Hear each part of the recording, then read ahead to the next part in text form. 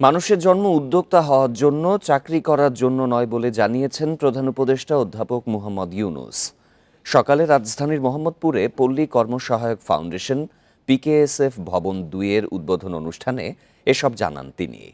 নতুন ভবন হওয়ায় এই সংস্থার অর্জন এখন আরেক ধাপ এগোনো প্রয়োজন বলেও জানান প্রধান উপদেষ্টা। বলেন, পিকেএসএফ আগের কাঠামো অনেক পরিবর্তন করেছে। বিনিয়োগে যেতে এটি আরও বড় আকারে কাজ করতে পারে। এখনকার তরুণদের মধ্যে অনেক পরিবর্তন এসেছে। কোনো প্রতিষ্ঠানের সাথে নয়, তারা ইন্ডিভিজুয়ালি কাজ করতে পারছে। প্রযুক্তির কারণে তারা বিশ্বের সাথে যুক্ত হতে পারছে। এখন উদ্যোক্তা হওয়ার সুযোগ তরুণরা নিতে পারল কিনা সেদিকে নজর দিতে হবে। প্রতিটি মানুষ যেন তার লক্ষ্যে পৌঁছাতে পারে, তার জন্য সহযোগিতার ক্ষেত্র বাড়াতে হবে। বিনিয়োগের আইনকানুনও বর্তমান পরিস্থিতি বিবেচনা করে প্রয়োজন হলে পরিবর্তন করা যায় কিনা তা দেখতে হবে বলে জানান প্রধান উপদেষ্টা। আমাদের উপর আস্থা আছে সবার, সেভাবে এই ফাইন্যান্সিয়াল সিস্টেমকে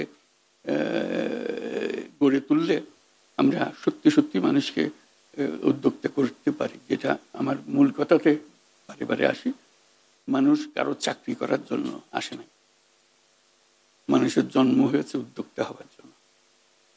কাজে সেটার দিকে যেন আমরা যেতে পারি, আমরা সবাইকে সে সুযোগ যেন দিতে পারি যে উদ্যোক্তা হওয়ার সুযোগটা তার আছে।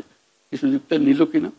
এখনো বহু রকমের মানুষ উদ্যোক্তা হয়েছে, বহু রকম, আমরা তালিকাও করে রাখি নাই কারো, এরকম পর্যায়ে গেছি আমরা।